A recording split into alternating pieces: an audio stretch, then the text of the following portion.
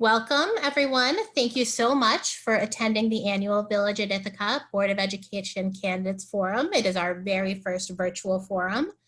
My name is Meryl Phipps. I am the Executive Director here at Village at Ithaca, and I apologize in advance for any technical difficulties that we may experience during our very first virtual event. Thank you for hanging in there with us.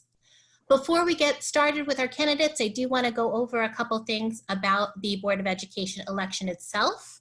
As most of you know, this will be done completely by absentee ballot.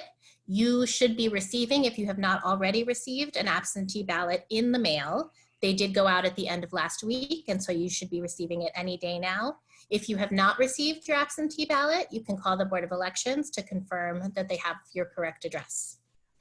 What you'll do with your absentee ballot is you'll sign the back the same way that you would sign your driver's license, and you can either mail it back to the board building at 400 Lake Street, or you can drop it off in person anytime Monday through Friday, 9 to 5 by 5 p.m. on June 9th. That's when the polls, the absentee ballot polls will close.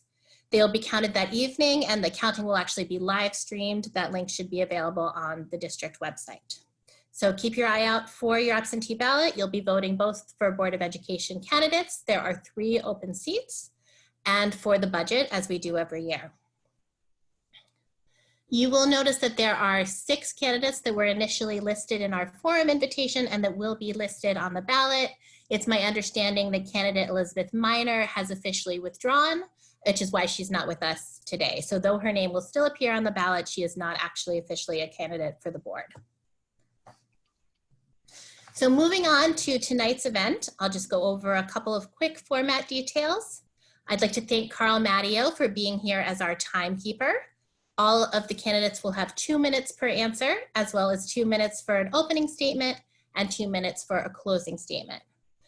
We did solicit questions from the public in advance. We will not be having a public question and answer live event, but if you do have follow-up questions for the candidate, you can see that all of their contact information is listed on our shared screen. So at this point, I am honored to introduce Karen Yearwood.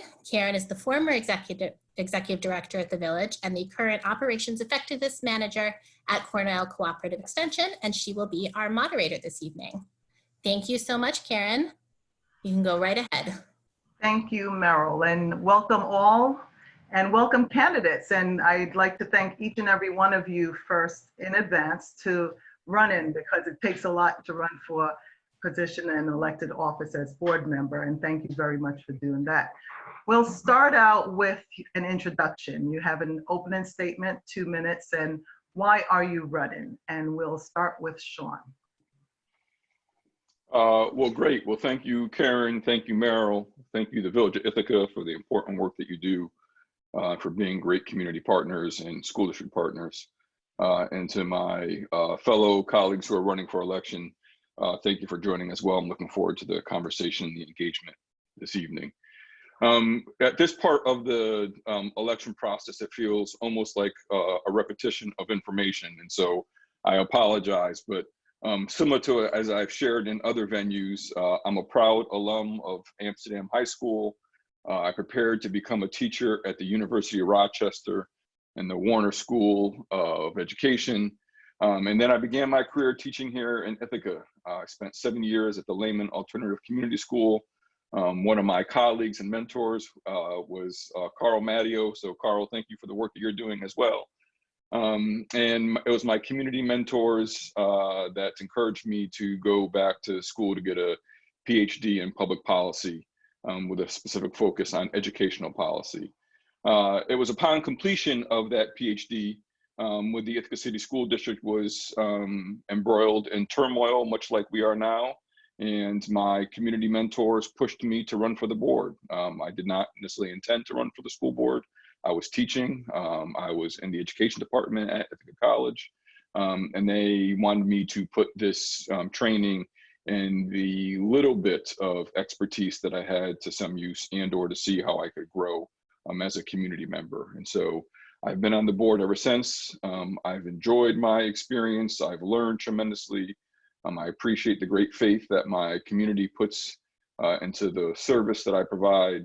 And as I said in the last forum as well, I continue to identify myself as a teacher. It's my profession, it's what I do, it's how I think, it's who I am. And I look forward to the conversation this evening. Thank you. Thank you, Sean. Sabrina, why are you running for the board? Hi, everyone. My name is Sabrina Draffin, and I've been living in Ithaca for almost 9 years now. I have had 2 children graduate from Ithaca High School, and my youngest is a student in New Root School. I decided to run because I think it's time for me to spread my wings a little bit and become more involved in my community. And I think the best way for me to be able to give back to others and my community would be to help. And at the same time that I'm able to help students and families, I'm also learning. I come from a medical background, and I've been in the human services for a little bit over a year now. And so I take pride in caring for people is what I do best. And I think that with my background, being raised in Brooklyn, I think I bring something a little bit different to the table. And I want to set a good example for my kids. I've been setting a good example for them, but I think I can push myself a little bit further. And that will also show them that hard work pays off. And so that's several reasons why I decided to run. Thank you, Sabrina. You're welcome. And so, Sophia, your opening statement and why are you running for the Board of Education? Yes. So my name is Sophia Lux. I have been in the Ithaca City School District for most of my life. I went to South Hill and Fall Creek, and then Boynton, and graduated from Ithaca High School in the class of 2013. And I actually stayed in Ithaca. I went to Ithaca College to get my bachelor's in environmental studies. And I now work with young people all around the county. And the things that I am hearing in our school district here aren't repeated in other school districts in our county. The unhappiness, the stress, our students don't feel supported, they don't feel seen, and mental health is a particularly big issue for me. I think we need to do better by our students in that regard, and mental wellness, not just pathologized mental health. And when I reached out to folks in the community and in the administration, they were fantastic, but really urged me to look at the school board and running as an option if that's something that I feel passionately about. And I feel that I am in touch with the students' experience and their needs. And I care really deeply, and I really want to support them and improve their education. Thank you. Chris, your opening statement as to why you're running again for school board. Hello, thank you. And thanks for the village for putting this on. As everyone knows, my name is Chris Malcolm. My family and I have been in Ithaca the second time around since 2001. My wife and I have 4 children that attended and graduated through the Ithaca City School District. And my wife and I have made it our mission to really support young people, especially young people of color in the Ithaca City School District. We've made sure to focus on their social and emotional well-being and trying to be a safe haven for them when that opportunity afforded itself. I originally ran on the school board, like several other people, because I saw a need.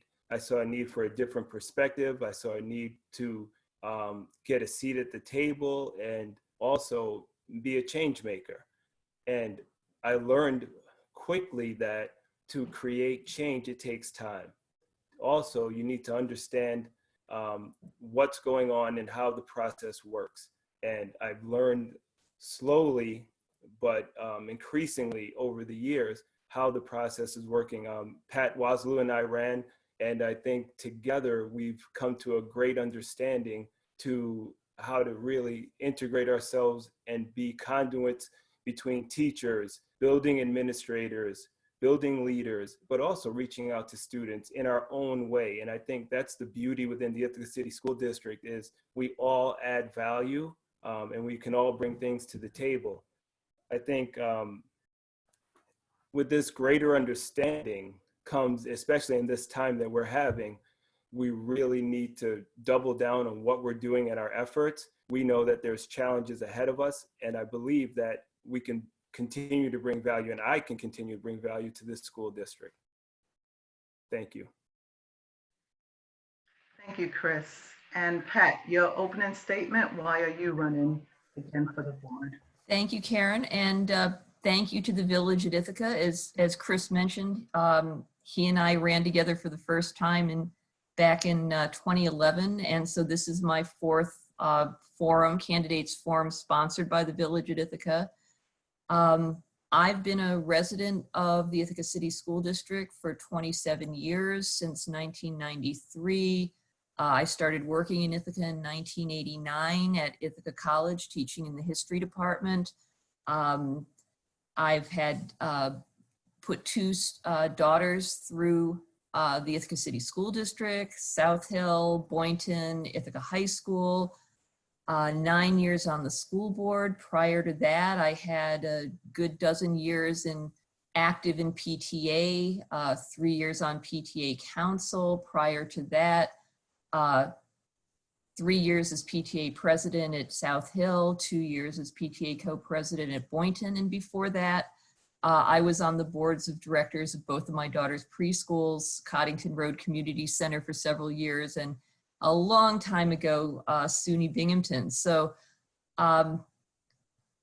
trying to positively influence education at all levels has been my avocation for the last 30 plus years.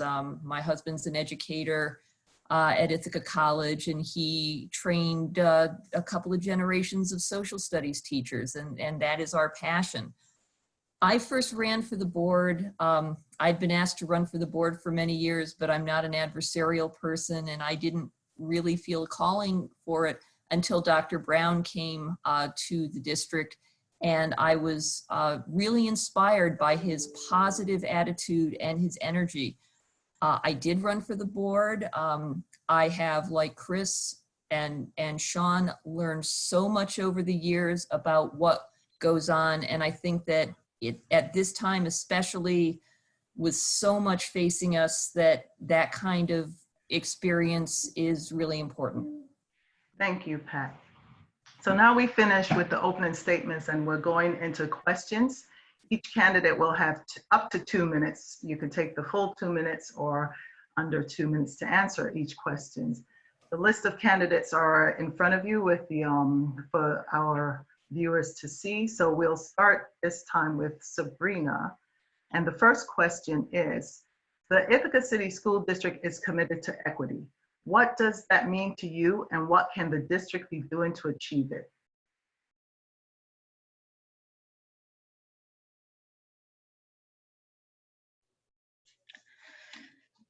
Sorry, I was having a problem over here. Equity for me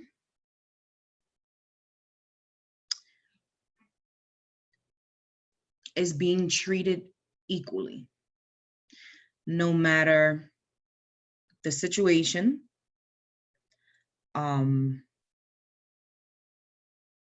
being able to take comfort in being treated the same way that someone else would be.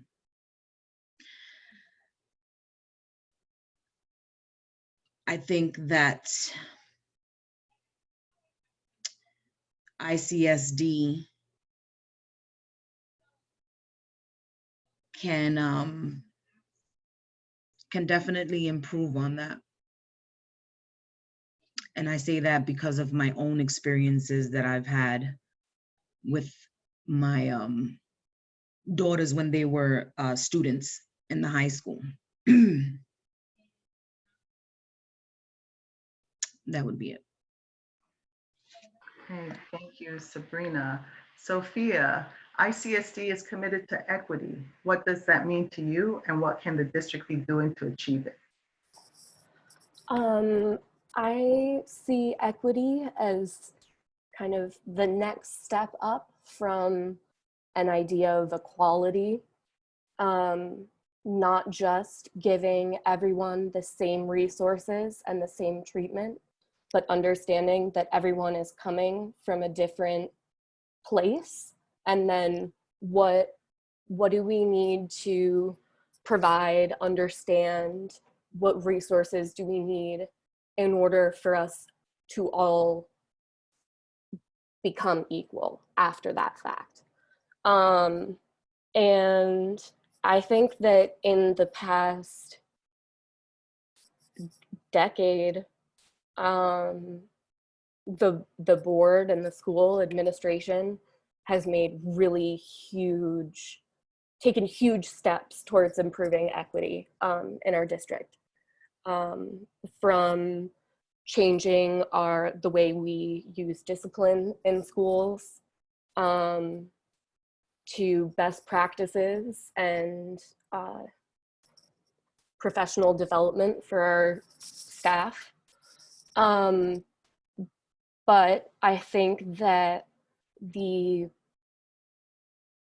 angle at which the board is looking at things is maybe sometimes a bit too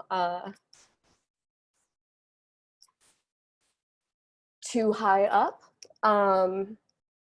kind of losing touch a little bit with the lived reality of our students and staff. And I think that if you look closer, we have a lot of work to do.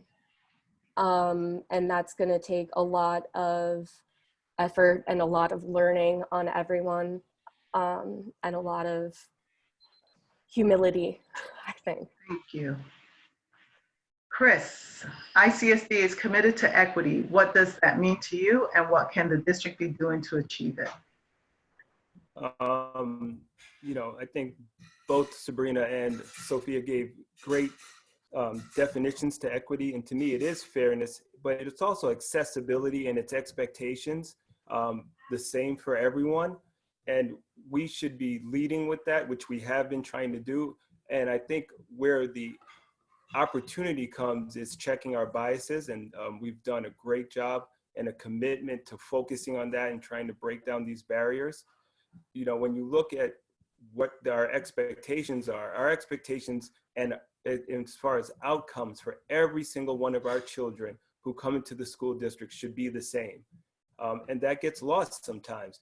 And how do you filter that out and break it down so every classroom you enter, our instructors are trying to do that on a continual basis. We educate them, we give PD, and we continue to focus on that. But we also need to know what the outcomes are. What are those kids' experiences when there's a breakdown? So that's really how I would start to address that, is to get some more feedback from the children. We always hear when there's a problem, but we don't hear those subtleties where is it gender related? Is it disability related for equity? I am really sensitive to the plight of Black males and to Black females. However, now being on the board, I've been really looking at the equity for rural children as well, and also, the poverty stricken. So when I look at equity and our opportunities, I need to change my lens and my understanding and ask the questions about everybody's experience, which I have been doing. And I'd say, you know, if you look back 6 years, we were having this question, but it was really narrow focused, and we've opened up tremendously. And I believe that our goal is to continue doing this, but really ask the questions at the end of this conversation. And when I say at the end of the conversation, okay, what does this look like for all? Thank you. And just adding clarity to something Chris said, PD means professional development. So let's be cognizant as we're during this forum, just to just say out the words instead of the acronyms. Thank you. And Pat, Thank you. ICSD is committed to equity. What does that mean to you, and what can the district be doing to achieve it? For me, equity is embodied in the stated district goals that to eliminate race, gender, socioeconomic status, disability as predictors of performance in the classroom, and to achieve 100% graduation rate. Ithaca City School District is almost unique in the country. It's very rare. We have such a wide range of people from different backgrounds, socioeconomic status, all together in one public school. We don't, you know, the rich don't send their kids to boarding schools. We don't have lots of different, we have a high school and we have an alternative school, and everyone comes together, and that gives us an incredible richness, but it gives us a really incredible challenge because the resources available to different families are so diverse and so variant. And we call upon our teachers to work through those gaps. And our teachers do a really brave job with all the resources that they have and that we can give them. And those resources are going to become scarcer. And that is a reality of the near future. It was also the reality when I first ran for the school board 9 years ago.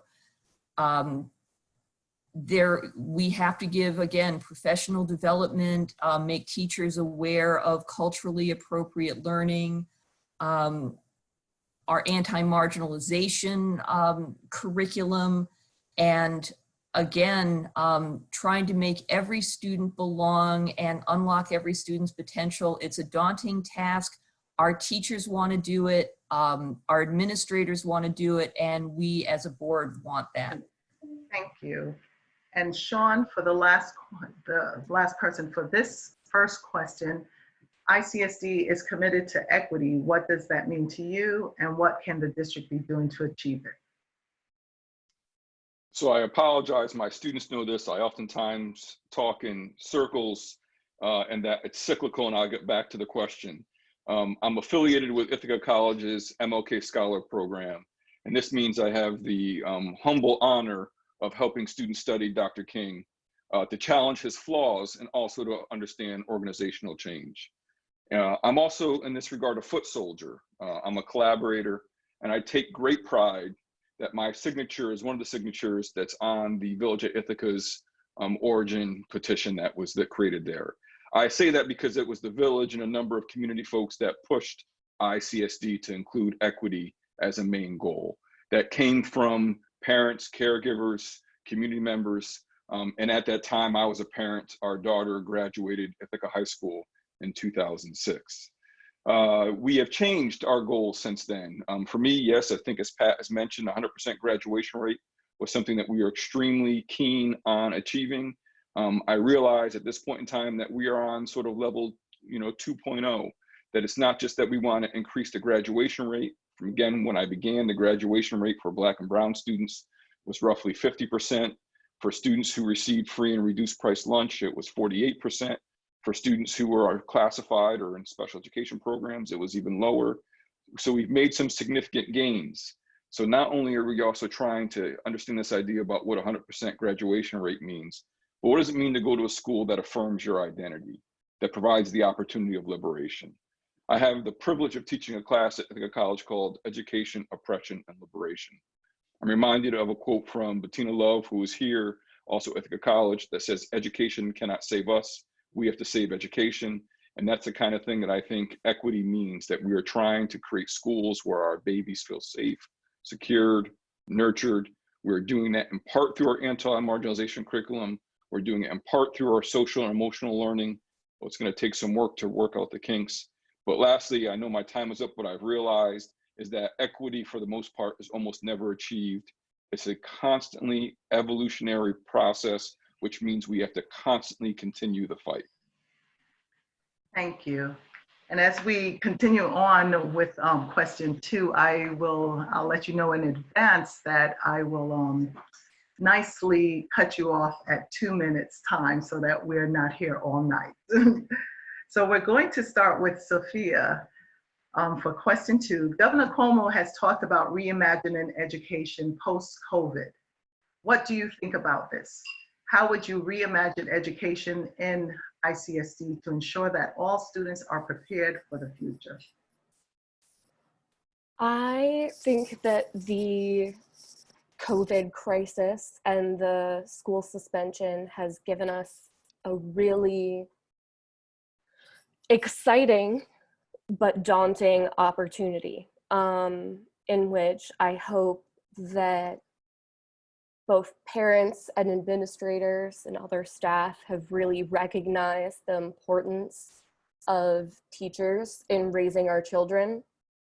And hopefully that teaches us to value them more and recognize their role in all of our lives. They aren't just providing education, they're doing a lot more than that.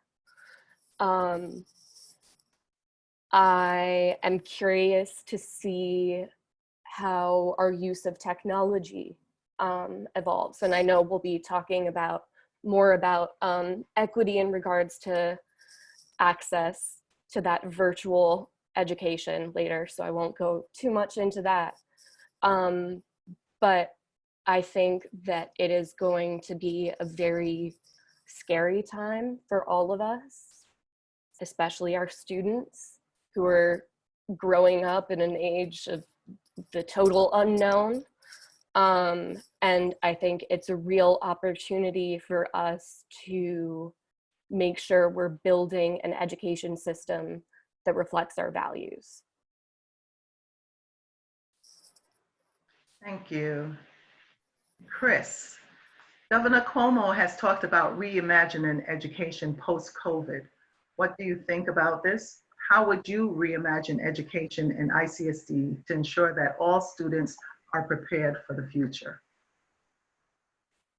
Thank you. What I think about Governor Cuomo's statement is it's concerning, but I also see a lot of opportunity.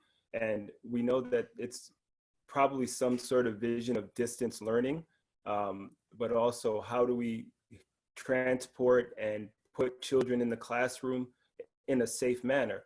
Taking that out of the equation, my goal would be to almost flip it on its head and take every opportunity that we were looking for, and how do we really increase differentiated instruction so that we know some of our most vulnerable children can get reached in a way that is needed, identify opportunities for the children's social and emotional well-being, because with the distance, you can't get that emotional connection. And that's one of my biggest concerns. So how do we tap into that and reach out?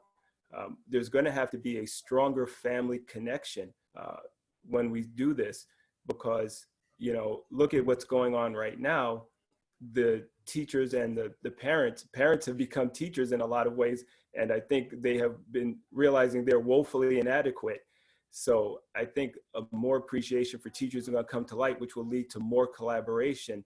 So I believe there's going to be a better form of instruction for parents as well, and a better support system in place. You know, when you look at the classroom, I am by no means an instructor. I am a process manager, and I follow systems and I put them in place, and I see to it that they're executed at a high level. And that's really what I believe. I would collaborate with our leaders and work on doing just that.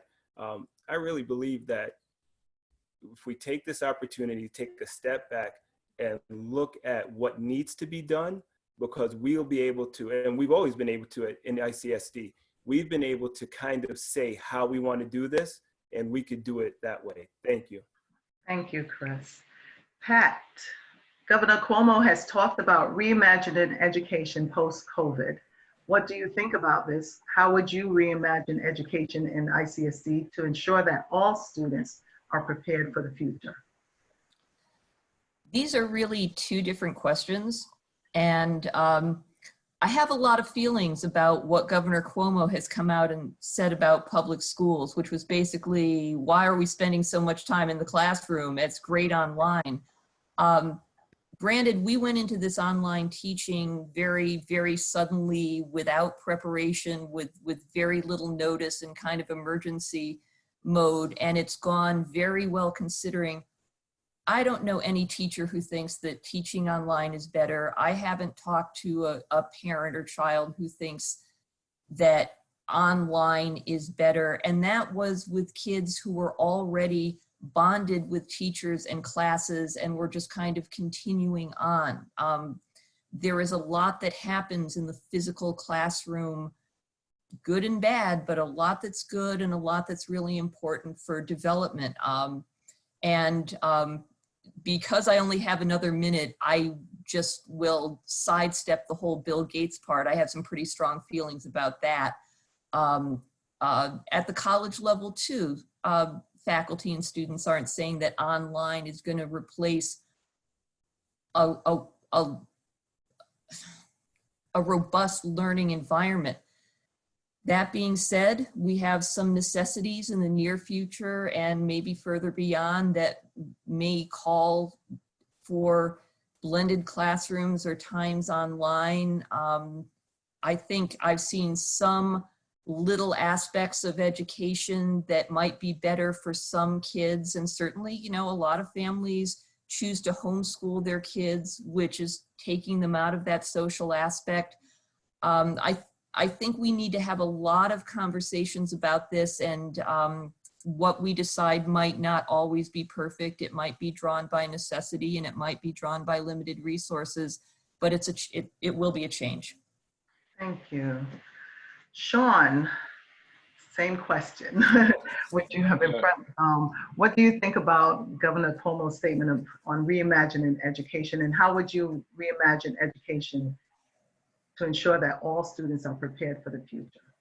Absolutely. Well, one, I think there's a difference to reimagine education by choice or by force or a pandemic. In education circles, there's a famed saying, folks probably know it, that our schools are not broken. They're getting the exact results they were designed to get. And so it definitely is time to hit the reset button.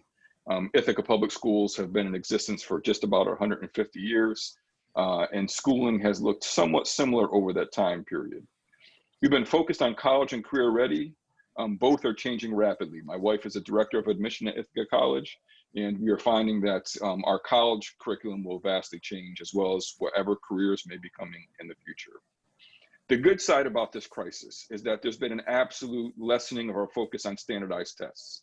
You find schools across the country who are focused less on what the test means. There is much more focus on learning, hopefully. We're not using standardized tests or APPR. My apologies for using the acronym. We're not using tests to evaluate teachers and their performance and their proficiency in their profession. It's also forcing us to search for new curriculum content, hopefully content that is much more affirming to students.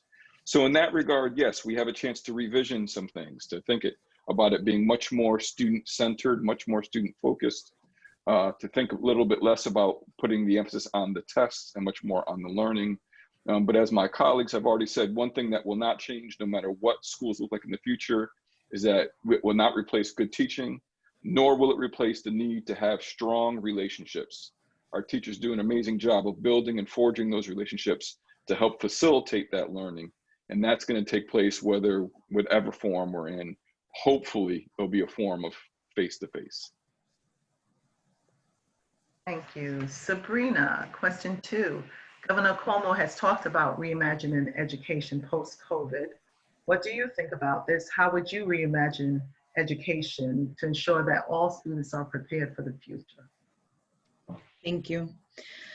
I think that this is going to present a number of different challenges that ICSD and schools all over our country are going to be facing that they've never had to face before.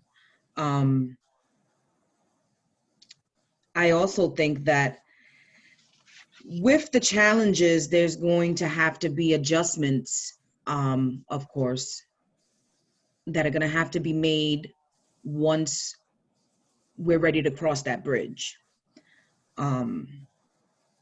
For me, I personally believe that maybe limited classes, alternating schedules, and days that specific students can actually go into class, and then also combining that with online learning.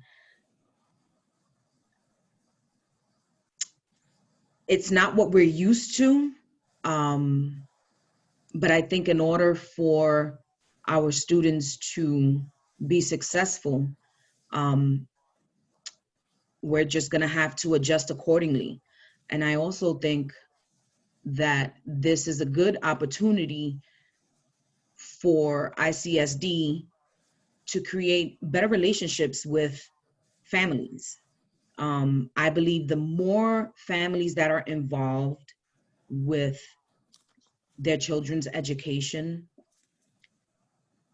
the better results we can get. So yeah, that's my take on that. Thank you. Thank We're you. going to question 3, and we'll start with Chris. If elected, how would you ensure that student voices are heard? Well, student voices, we've increased the participation of students in a lot of different ways. And I know Dr. Brown has a student advisory board, and we do a lot of outreach to students, welcome them and have them present and share their experiences.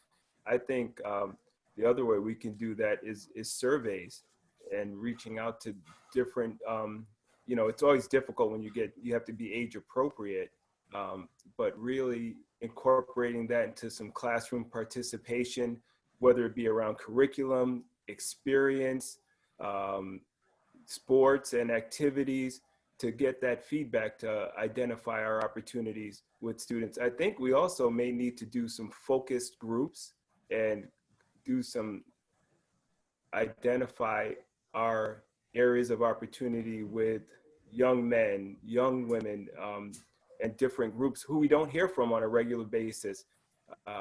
And also let's ask the question, are we getting this right? And if not, how? And I think that's what I would offer.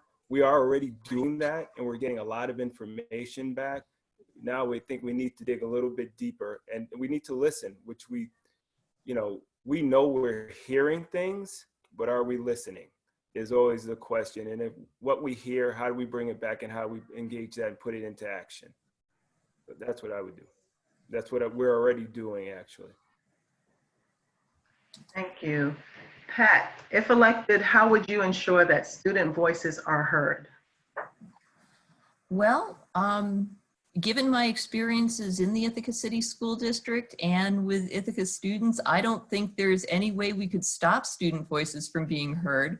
And I think that's a good thing. I think our curriculum is encouraging students of all ages to be secure in their voices and to really speak out. I mean, we've had student delegations that are upset about something. They have certainly spoken out. We've had student presentations to the board that have worked with issues as diverse as a third grade class asking, petitioning us to change Columbus Day to Indigenous Peoples Day and setting out what they'd learned. We had, was it fifth graders partnering with LACS students to talk about the need for a more inclusive district calendar. You know, obviously kids can't always come into the boardroom and discuss with us. We certainly have student reps from both Ithaca High School and LACS. The suggestions that Chris has made are good ones. I know that as board members, we often try to get into the schools. That might not be as possible this year, but as a member of the curriculum committee for the past 2 years, my colleagues and I have gone to elementary schools and middle schools and the high school and LACS to sit in on classes and sometimes have a little focus group with students. Us being accessible to students and being seen in the schools is, I think, really important, and I would want to continue, obviously, to do that when at all possible. Thank you. Sean, if elected, how would you ensure that student voices are heard? Yeah, thank you. Well, let me begin by saying I have a 5-year-old in my house. Our grandbaby spends considerable time here, and she makes her voice heard on a regular basis. In fact, you may hear her in a few minutes throughout this forum this evening. It also means I spend time regularly in her elementary school, talking with the teacher, picking her up, walking the halls. Similar to what Pat said, a number of board members do that on a regular basis, and not just the elementary, secondary schools that our children or family members may be in. I'm also humbled that a number of teachers in the district invite me into their classrooms to either guest lecture or participate in a particular unit. And so I do that quite regularly throughout the school year and feel, again, blessed and honored to be able to spend that time with students, to get feedback, to engage with them, to mentor students who call me on a regular basis, and to participate in any number of ways. It also happens in my time at some of our local community centers as well, where I'm engaged with young folks. Additionally, my college students are in student teaching placements around the region, including Ithaca schools, so I hear much from them in terms of their experiences that way. But probably most importantly, my way of making sure student voices are heard is to continue to invite students to participate in the process. We're in a year-long process of trying to revise our code of conduct policy book, and so we've engaged students in a number of ways. Lisa Rache-Boudet 2 years ago had a group of her 4th grade class review our policy book. They came to a board meeting and had conversation with us, demanding that students be seen, heard, and known. We have student representations on the Code of Conduct Advisory Committee. We've done so on the policy committee, tried to invite students as much as possible to ensure that their voices are not only heard, but part of writing the policy that's going to impact them the most. And we've also included students as much as possible in our board meetings, and I expect that we'll continue to do that as well. Thank you. Sabrina, if elected, how would you ensure that student voices are heard? Thank you. Anyone who knows me knows that I am very passionate in all that I do. And when I believe in something, I stick to it. With that being said, not only as a parent, I have to advocate for my children, I also have to advocate for myself. And being part of the board would allow me the privilege of doing the same thing that I do for myself and my children for people of my community. Being able to advocate for others also helps build the foundation of a positive, trustworthy relationship. So for me, it's a win-win situation. Not only would I be advocating for students, I would also be building a solid relationship with them, in turn allowing me to be more helpful in my community. Thank you. Thank you. Sophia, If elected, how would you ensure that student voices are heard? I would say just right off the top, I hope that my closeness, my proximity to their experience would help open up more dialogue, being able to understand more of what's going on. And in my work in the district, that's certainly been the case.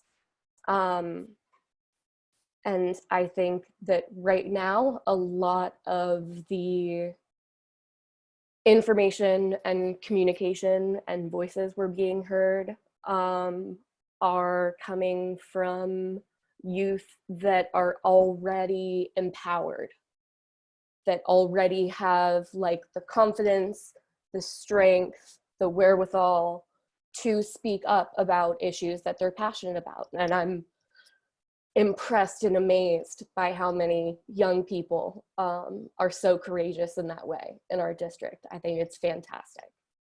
But it also means that the voices we're hearing are very skewed towards those students that feel that their voices will be heard.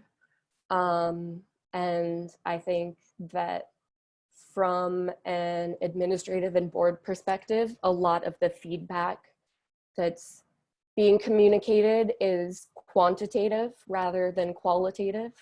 And we're getting kind of a response bias there.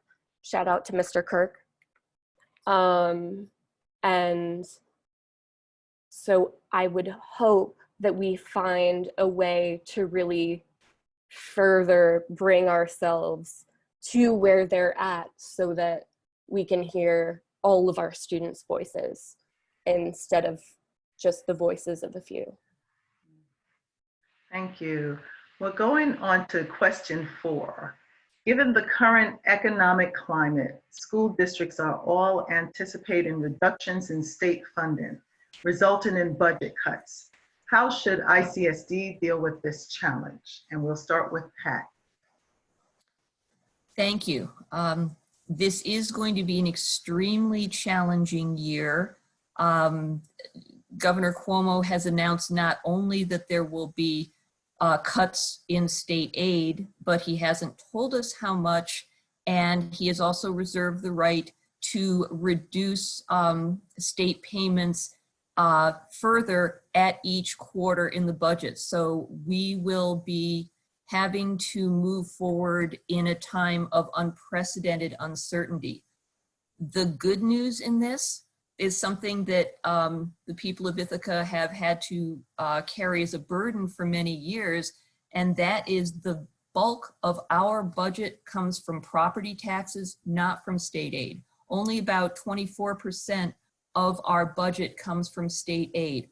All of our surrounding districts receive between 75% and 90% of their full school budgets from the state. They get cut 20%, they get cut 30%, they are in terrible trouble. If 20% of our 24% gets cut, that's 4%. That is something that we can deal with. How should we deal with this challenge? We should appreciate that we have an administrative team that has been here. Dr. Brown has been here 10 years. He knows this district inside and out. Amanda Verba is the best budget person I have ever met in education, and she has a great team, and our administrative team is thinking day and night about where adjustments can be made that keeps the cuts away from direct instruction to children, keep the cuts away from the kids. It's going to be hard, it will be painful, but I trust our administration to make those calls. Thank you, Pat. Sean, question 4. Given the current economic climate, school districts are all anticipating reductions in state funding, resulting in budget cuts. How should ICSD deal with this challenge? I think as Pat just said, I think it's important to point out that with sound fiscal management, budget cuts does not necessarily translate to job losses in this school district. We have worked diligently, at least over a 10-year period, to make sure that we have a fund balance that helps protect us from single year highs and lows. Now, year 2 and year 3 will be extremely difficult, especially if we don't change the way in which we fund public education.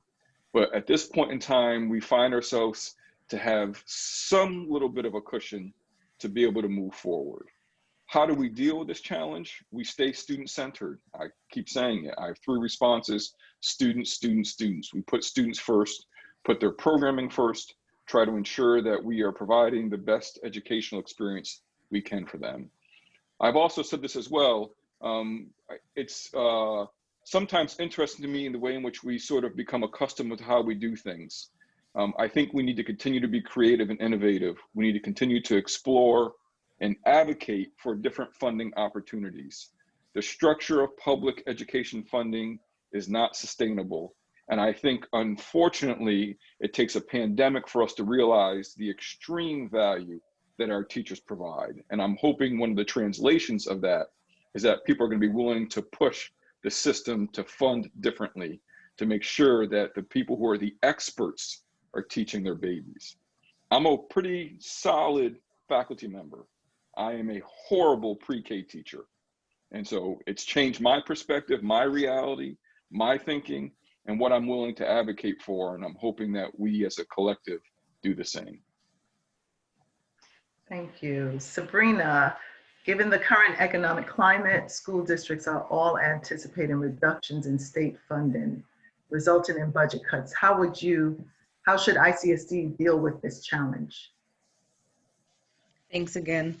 So I don't know much when it comes to ICSD budgets. However, I will say that for me, when I think of this, I think ICSD should do everything they can to make sure that the fundamental things that students need to be successful remain accessible. However, because we are all in a place that we really don't know what tomorrow is going to bring, that is also something that has to be looked at when we're ready to cross that bridge. The one good thing that stuck out to me when I was listening to Ms. Patricia speak was that only 24% of the budget comes from the state. Knowing that little bit of information gives me a lot more hope that ICSD will figure it out and we will make things happen. They always do. So that's my take on that. Thank you. Thank you. So, Sophia, how should ICSD deal with the challenges that we'll encounter with the budget cuts? Thank you. I believe that as long as we're living in a very capitalist society, our budget is really a reflection of our values.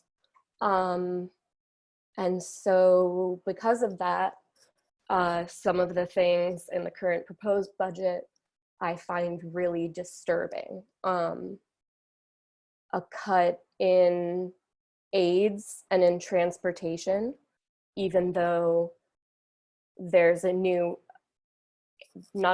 more increased emphasis on diversified learning.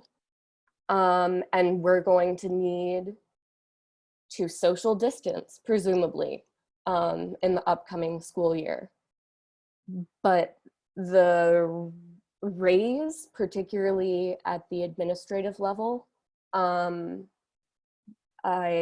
know that our district has always been a bit top heavy concerning a budget, despite how many teachers and staff we have. And I think that we really need to take a closer look at that in this time when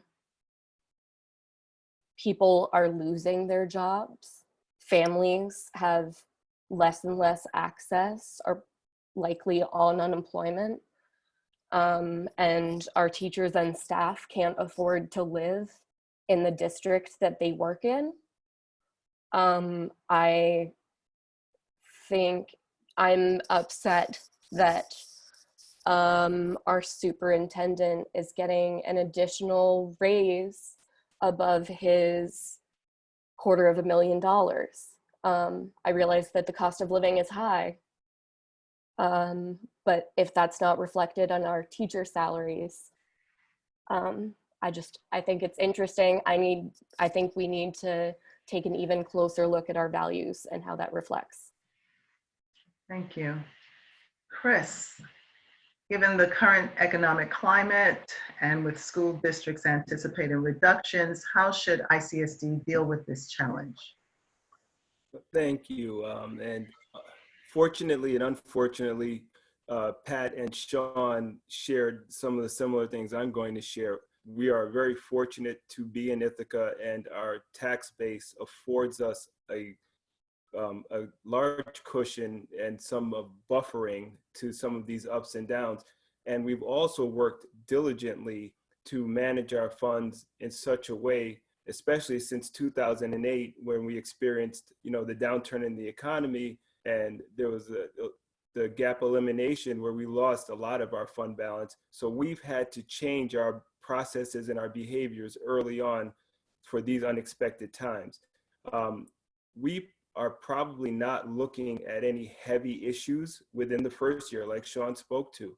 And we are fortunate enough too, with our administrators like Amanda Verba, who can follow this trend, actually identify opportunities, and start to make some shifts. We have created a school district where we are very nimble and we can identify efficiencies. Now, what that looks like is having the same person do multiple tasks in a lot of ways, but we've done that before, and we're hoping not to do that. The Ithaca community has said time and time again, year over year, that they are focused on education and the education of young people. And I believe that they mean that in everything they do. So we will continue to support young people, support their education, and create this robust system that we've put in place. So as you look at the budget and the budget process, this is not a one-year hit. So as we look long term over the next 3 years, that's when we really need to focus on our on any projected cuts coming from Albany. Thank you. So we're now going on to question 5, and the remaining questions were submitted in advance by community members. Question 5, we'll start with Sean.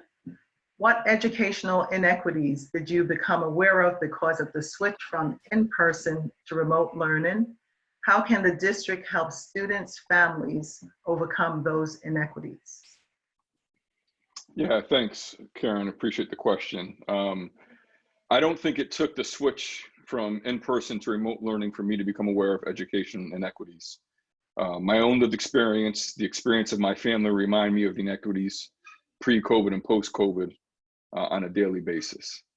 With that being said, the conversations that I had with my students, and while they are Ithaca College students, many of which are coming from various backgrounds, first and foremost is mental well-being, their mental health, and how to be a support, how to be a mentor, how to be an advocate, and how to work with them and be empathetic to their situations. As I say to my students, for some of my students, the work that I was assigning was a release. And for other of my students, it was the absolute last thing on their mind when they're going through a national pandemic. So that's first, mental well-being. Very much aware of family obligations. Different students have different family obligations. Many students are primary caregivers to siblings or to their parents or to elders, uncles, aunties, grandmas, etc. Students trying to find a quiet place to study. And then probably most obviously when we're talking about the switch from to online is the access to the internet and or technology. I know that about 40% of this generation of students does not have access to a keyboard, and that they're doing most of their work either on a tablet or on a phone. And so it's interesting for us to expect students to write essays or papers when they're doing so with their thumbs or doing type to text. What should the district do? I can tell you what we've done. We've tried to immediately get as much Wi-Fi out to students as possible. Sometimes that has meant purchasing Wi-Fi hotspot for folks, making sure that folks have access to technology, Chromebooks, and I know that they're not the best. We'll be talking about that more. And most importantly, we'll be focused on students' mental well-being before they return, so we're prepared for the return as well. Okay. Sabrina, what educational inequities did you become aware of because of the switch from in-person to remote learning? And how can the district help students and families overcome those inequities? Thank you. Just as Sean said, I have experienced inequities within my family when it comes to education. For me, I also have concerns with the students and families that are not able to have internet access or a laptop. I think that is a huge disadvantage to them. And I also believe that creating a safe place, ICSD creating a safe place for students with internet access, even if it's limited time or specific days during the week, I think that would be very helpful for students. And although the students who do not have internet access or struggle to be able to do their work, as Sean was saying, like using a phone, I think being able to have that space is beneficial for them. Unfortunately, they would have to work extra hard, but hard work pays off. Yeah, that's my take on that. Thank you. Thank you. Sophia, what educational inequities did you become aware of, and how can the district help students and families overcome those inequities?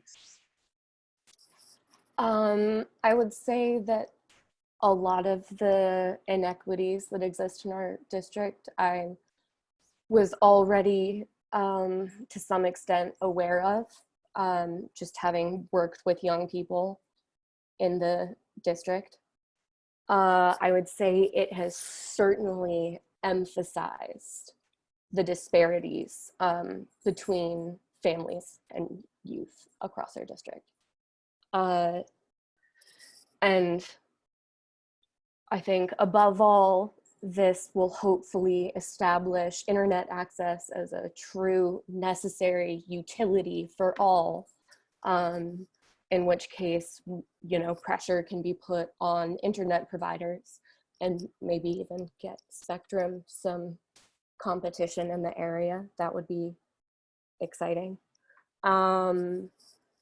So as everyone's been saying, internet access has been, I think, one of the biggest hot topics, but also access to the technology itself that is both functional and how many students do you have in a household? Do they need to share the technology? Is the laptop or desktop in a place where they can get work done? What are their other responsibilities now that they're at home? And I think lastly, the supervision and at-home support has become a double-edged blade on fire at both ends, in which hopefully students' parents aren't out of work and they're still able to bring in money to the household.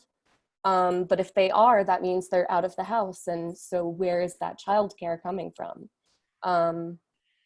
And if they are at home, where are they getting money to eat, to pay rent, etc.? So I think it is accentuated the disparities that have already existed. Thank you. Chris, question 5. What educational inequities did you become aware of, and how can the district help students and families overcome those inequities? Who was that for? You didn't say who. Oh, Chris. Sorry, Chris. Thank you. You know, one of the inequities that came up quickly, but it's always been there, is the food inequities.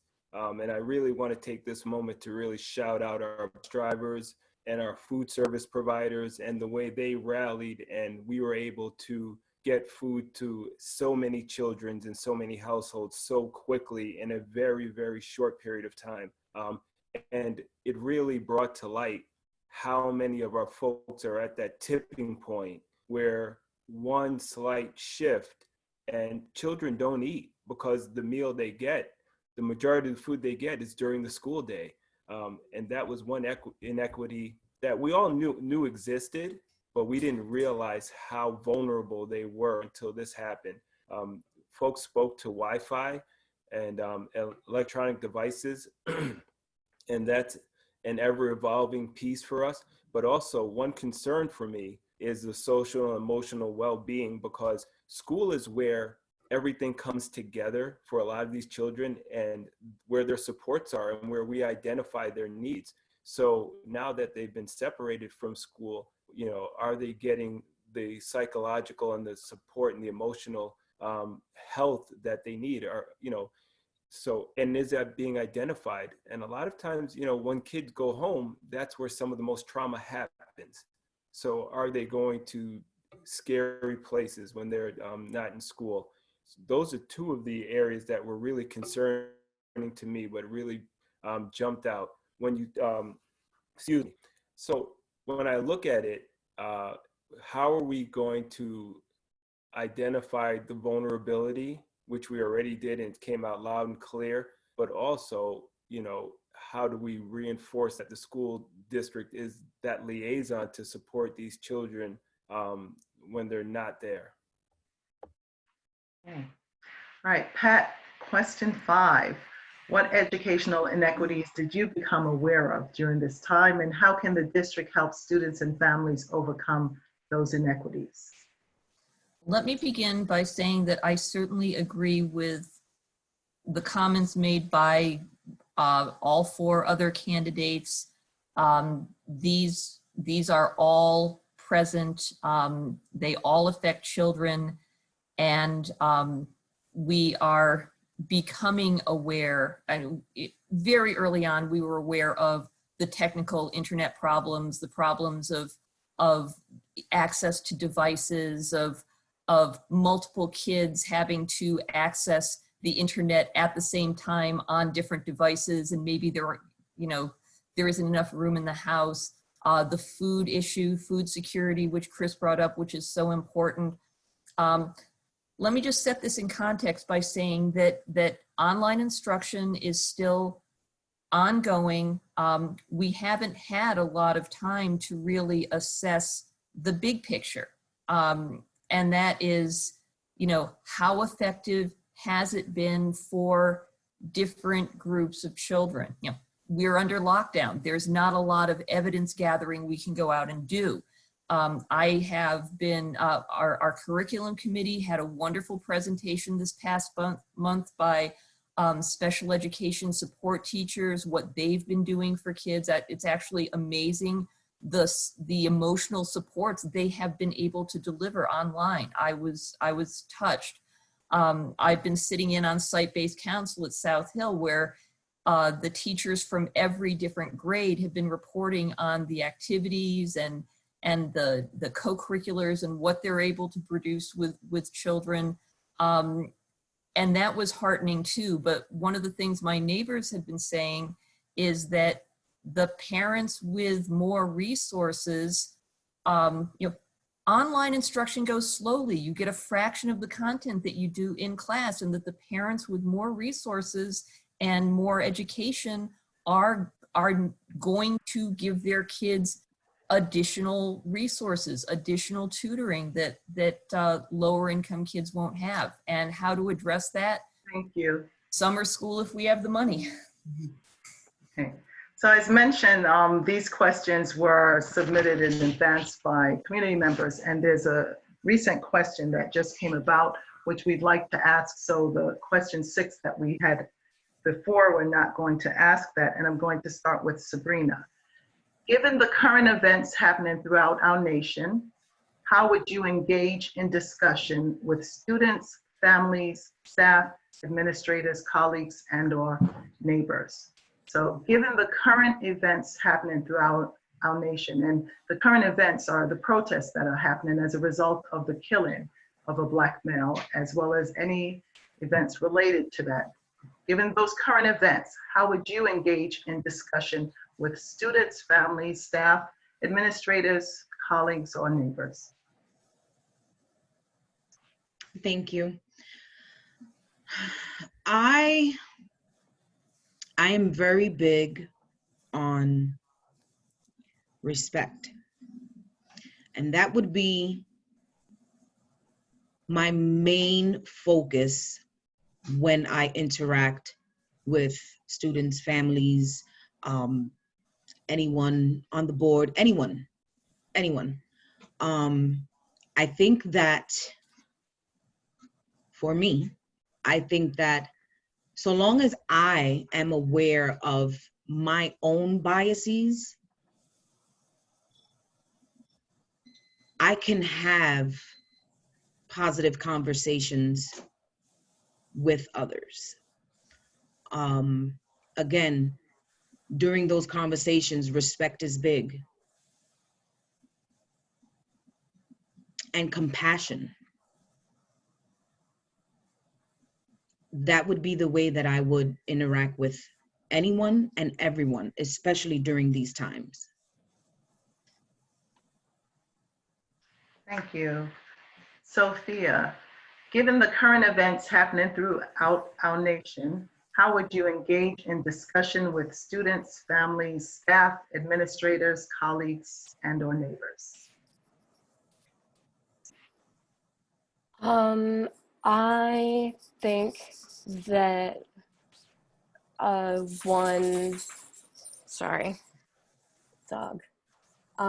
one thing that's been coming up a lot is that it is not the time for white silence. And so I would anticipate a lot of really hard conversations. And I think it is especially important going forward to consider how do we as educators have age-appropriate conversations with young people about these issues. I know that Black Lives Matter came up at a board meeting 2 months ago or so, in an interesting way, and I was really impressed by both Nicole and Dr. Bradwell's responses to the issues brought up at that board meeting. I think that as educators, we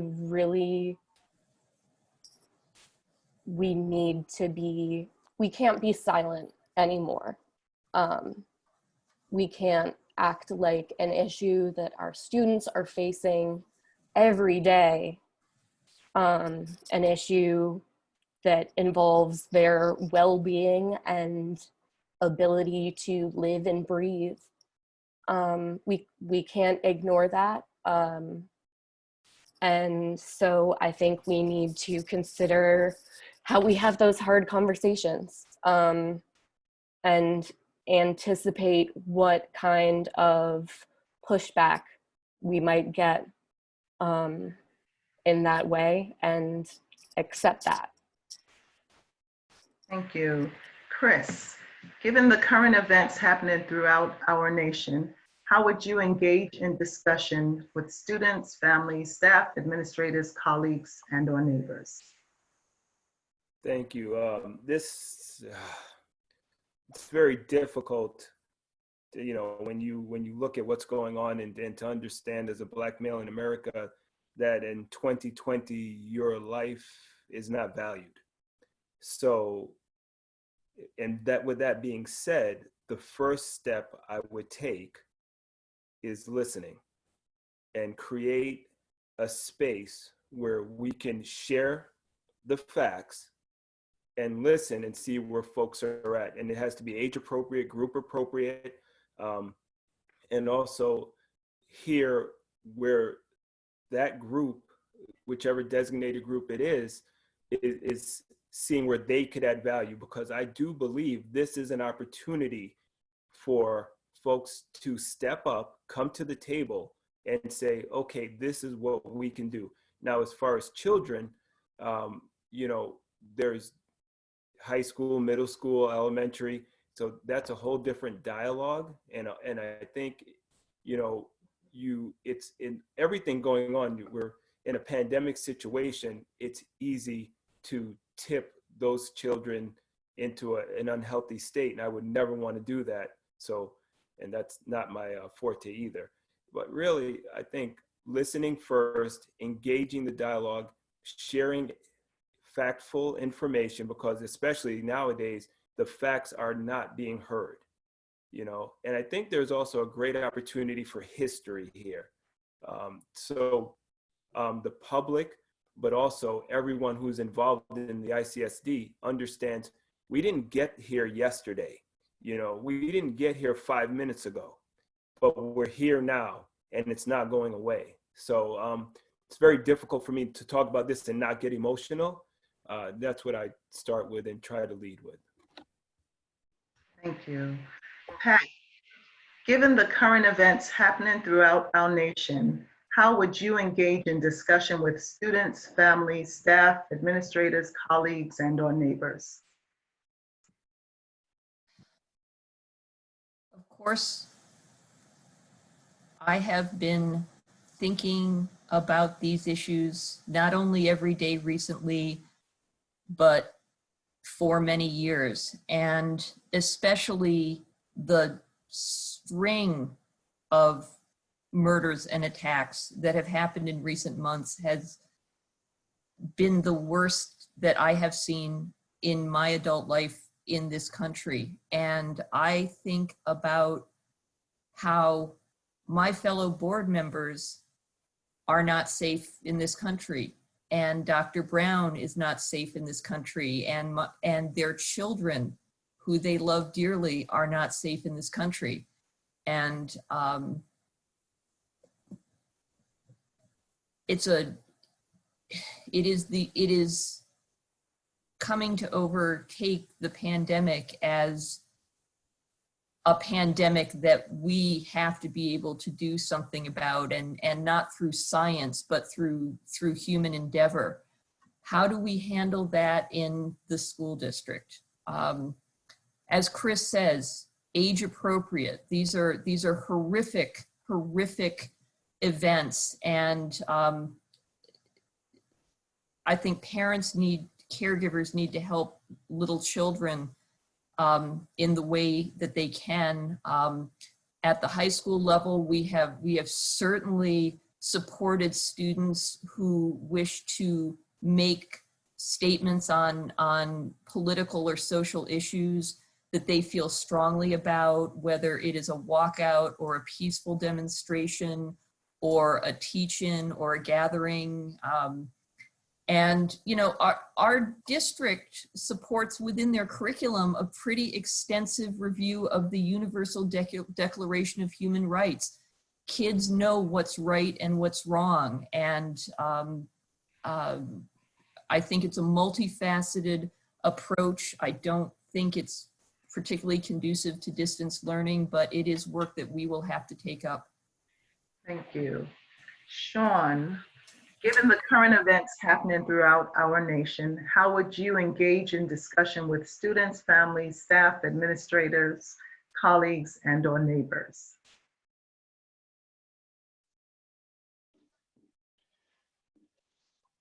Even with time to prepare, I thought I'd be ready. George Floyd, Ahmaud Arbery, Breonna Taylor. 3 unnecessary killings within the past 2 months. I began my career as an activist. I began my career in the streets. I was one of the folks that took over school board meetings. And so this is a difficult position to find ourselves in. And how would I engage in this conversation? With empathy and hope, without avoiding the real. There is pain. I think, as Chris said, there's intergenerational trauma, there's frustration, and there's an unfortunate belief that linear progress will solve where we find ourselves.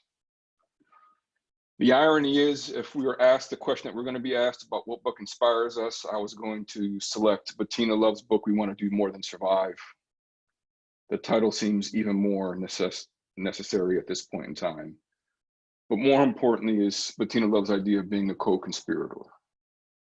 And how do we use forms of privilege to support others? I've had to have part of this conversation with a 5-year-old who looks at the television, wants to know what's going on.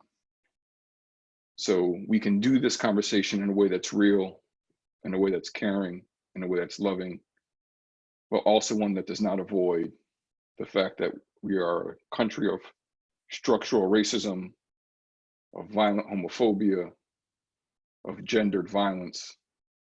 And the only way that any of those things are going to get better is if we have real conversations with one another. Thank you.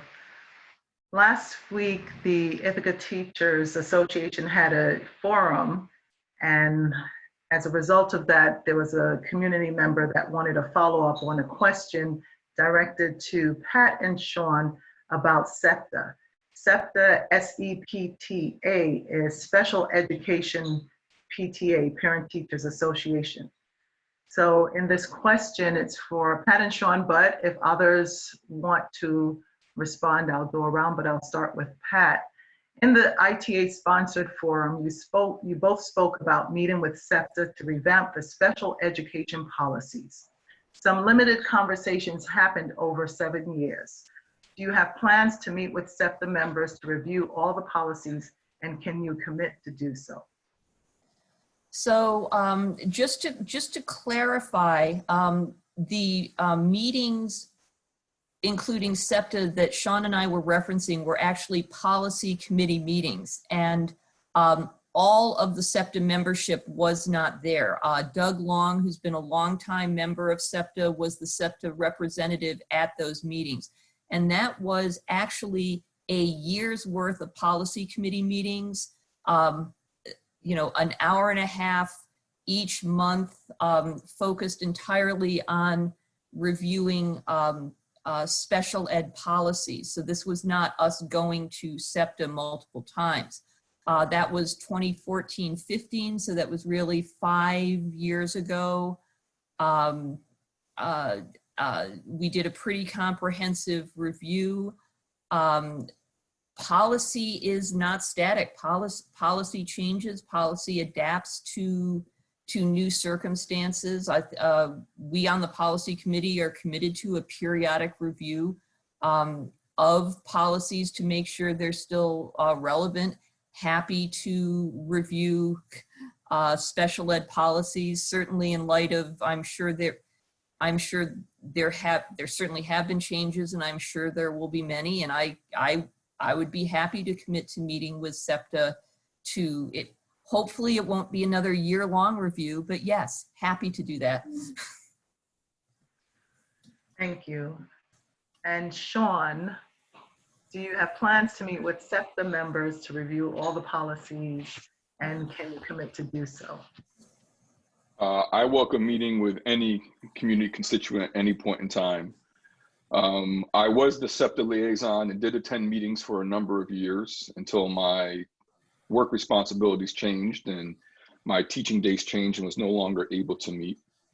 Beyond the year that it took us to review our entire special education policies and programs, I was also active with SEPTA Conversations in 2017, while the school district was in conversations about the creation of an inclusion officer.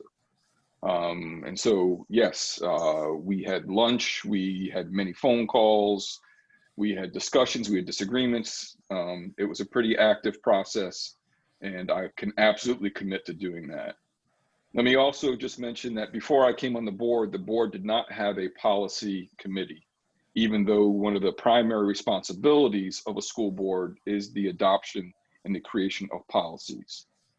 We were blessed that we created policy 2410, policy adoption revision. You can find it in our policy book. And one of those statements states, members of the board, the superintendent, district staff, student, parents, district taxpayers, or other members of the public may identify policy matters or issues. And so at any point in time, any community member can let us know about policies that need to be revised.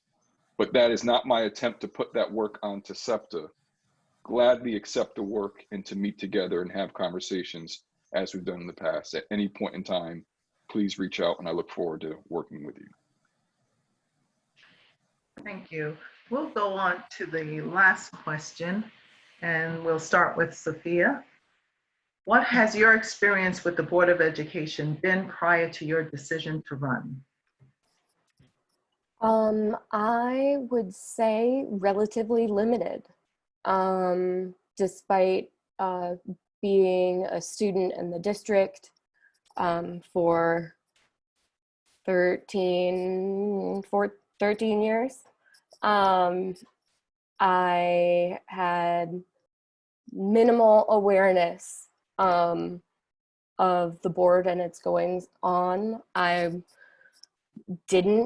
I wasn't one of the students who felt particularly empowered, who had a voice. I believe there was one instance where I spoke up, I came to and spoke up at a meeting, shaking and fumbling over words regarding what I felt was the policing of girls' bodies in some of our schools. Beyond that, it has been minimal, but in the past few months, getting more involved, getting more information, becoming more participatory in the goings on of our district.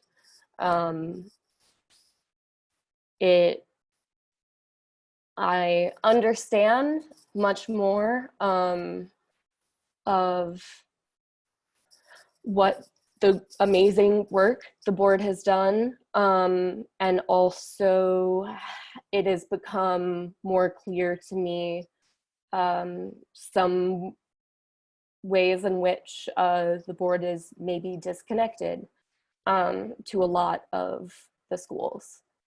So I would say my experience has exponentially increased in the past few months. Thank you. And it turns out this question is for non-board members. So we'll go to Sabrina. What has your experience with the Board of Education been prior to your decision to run? Thank you again. This question definitely struck a chord for me.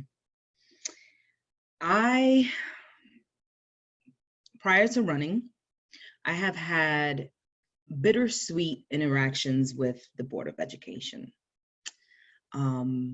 However, because of the interactions that I've had, it kind of solidified my decision to run for being a part of the Board of Education. Because a lot of the things that my family and I experienced,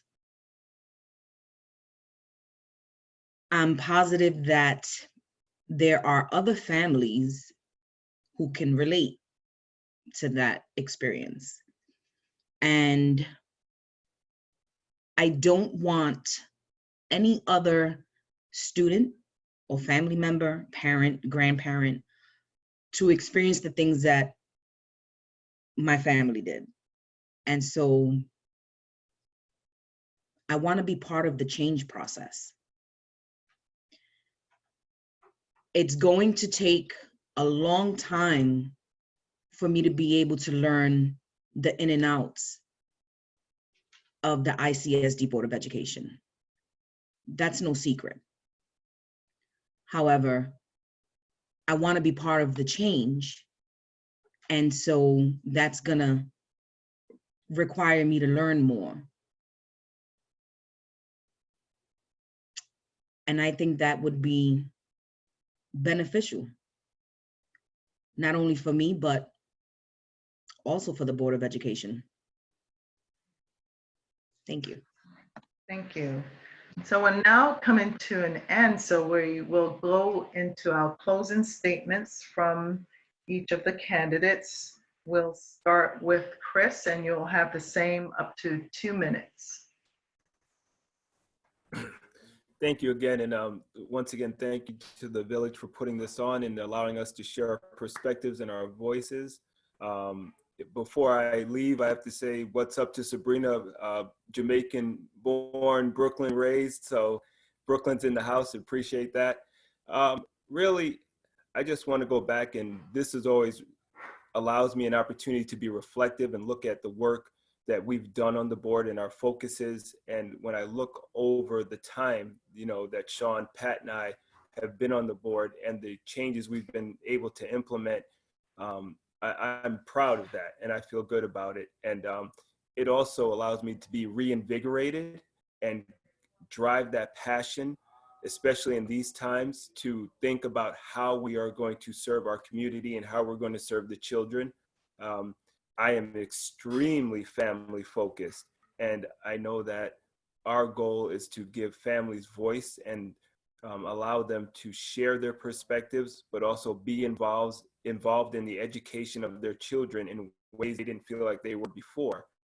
I am so happy that when I first got on the board, I had folks around me who taught me and showed me what good teaching looks like, what education looks like, and teaching me the process.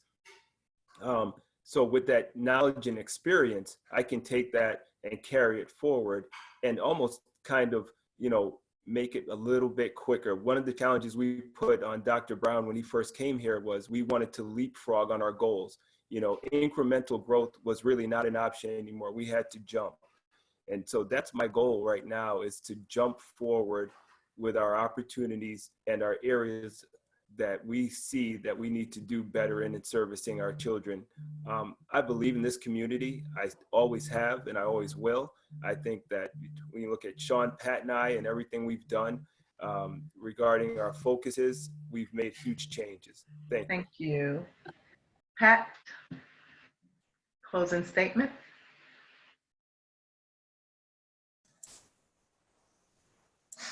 Well, as with Chris, this is a time for self-reflection and reflection on the work done. When I first ran for the board 9 years ago, I was not fully prepared for the learning curve I would have, despite being immersed in educational issues for the past 25 or 30 years. And people would say, why do you want to do that? It's so much work. It has been a lot of work, but it has been one of the most incredible growth experiences that I have had, because of the teachers, because of the kids, because of my fellow board members. I mean, look at Sean Eversley Bradwell. He founded that policy committee, and he was able to sit here tonight and tell you the number of the policy that lets any member of the community bring a policy to the board for revision. Brilliant minds like that. Chris has brought incredible common sense and managerial skills to the board. We all come in, every board member comes in from a different place. Every board member has a different view, but we all put children first and good education as our goal. And it's an atmosphere of mutual respect, and people who are running to join the board and want to join the board, of course you do. It is a wonderful way to serve our children and our community. I have enjoyed it. If given the opportunity, I will continue to enjoy it, and I will always have the best interests of the district at heart. Thank you. Thank you. Sean, closing statement. First, I want to thank Dr. Pat Wazaloo for the policy shout out. It's not often we get to reminisce about policy. And Pat also mentioned our Declaration of Human Rights curriculum. I'd be remiss if I did not say and acknowledge the great work of Kirby Edmonds and Laura Bronco, who, among others, who helped make sure the district is working on that. Karen and Merrill and the village, I also want to thank you for the change in question. It gets us back to the real. We are facing trying times. We're talking about people's babies. We're talking about my grandbaby. And there's no doubt we're going to need some leadership to help steward us through whatever the future may hold. For folks who email me, they know that I respond. For folks who call me, they know that I call back. This means my volunteer role takes a considerable amount of time, but I promise to remain accessible, to remain open to dialogue, to remain an advocate for our students and for our teachers, to remain an advocate for our community.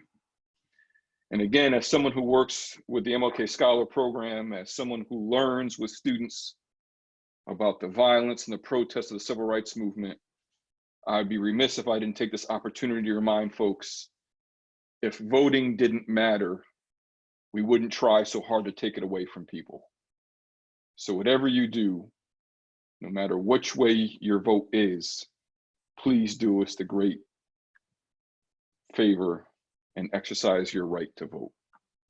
Thank you all. Thank you. Sabrina, closing statement. I also would like to thank the Village of Ithaca for this forum. And I would also like everyone to know that although I don't come with a huge background in the ICSD Board of Education community, for me personally, I didn't have access to education growing up the way that I should have. And I didn't acquire my high school diploma until my 30s. And so with that being said, I have always taken pride in pushing my kids to educate themselves. Where I got that strength from, I don't know. I guess I always wanted more for them. Fast forward a little bit, now I'm a second-time college graduate. And I think the desire to help individuals like me just burned so deep inside of me that that's why I love taking care of people.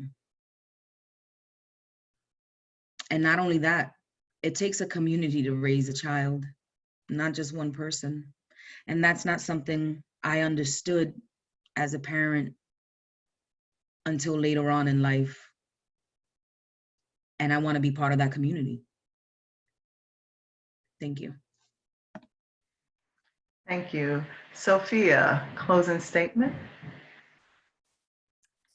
So I'm going to take half a minute just right at the top to go back to the sixth question, which I think is incredibly important right now. And I've very much answered it in the context of schools and students and teaching, whereas it was more about me personally. And I would say that I am white, and it is not my place to speak over anyone. And it's an incredible opportunity to amplify and support the voices that really need to be heard. And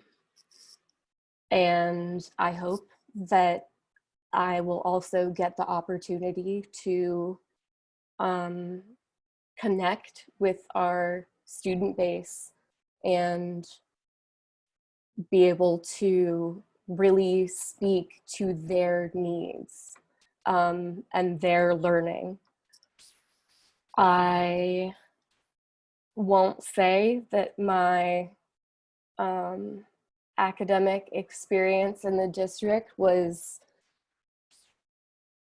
lovely, and I really want to make sure that other students feel supported, feel seen and heard, and that we're giving everyone all of the resources they need to succeed, not just past high school, but into their adult lives. And I'm excited by the opportunity and the possibility. And I'm really grateful for Village at Ithaca for hosting this and for hearing from my fellow candidates and getting the chance to speak. So thank you. Thank you. As we wrap up and bring this forum to a close, I thank you all for running. Thank you all for volunteering your time and being candidates. Some of the words that were said this evening, that you want to be part of the change process. You want to listen, you want to engage, and you want to make sure it's student-centered with appropriate conversation over the issues. Thank you for doing that within our community, knowing that we're a community of individuals that want to get involved. And there continues to be opportunities beyond this Board of Education Candidates Forum to continue to be involved too. But thank you for just going out there and committing yourself to it.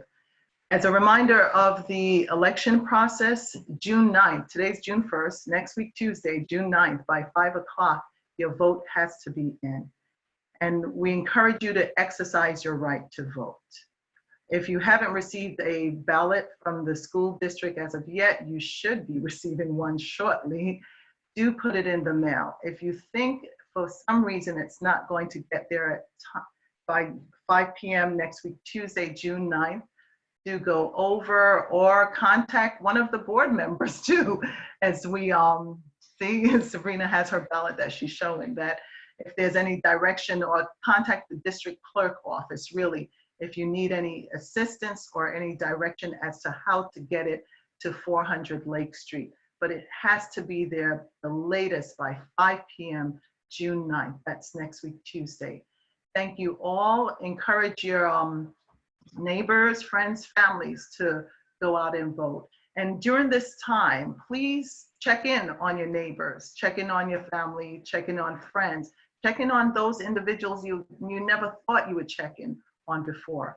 If you're a parent or a guardian, connect with your student class and just see how things are going with another family, because we talk about family engagement. It's not only from ICSD staff, but it's engaging within the community. How can we connect with one another? How can we be our brother's keeper? So as we come to a conclusion for this Village at Ithaca Candidates Forum via Zoom. Thank you all for participating, and thank you again, candidates, for running. Have a good evening.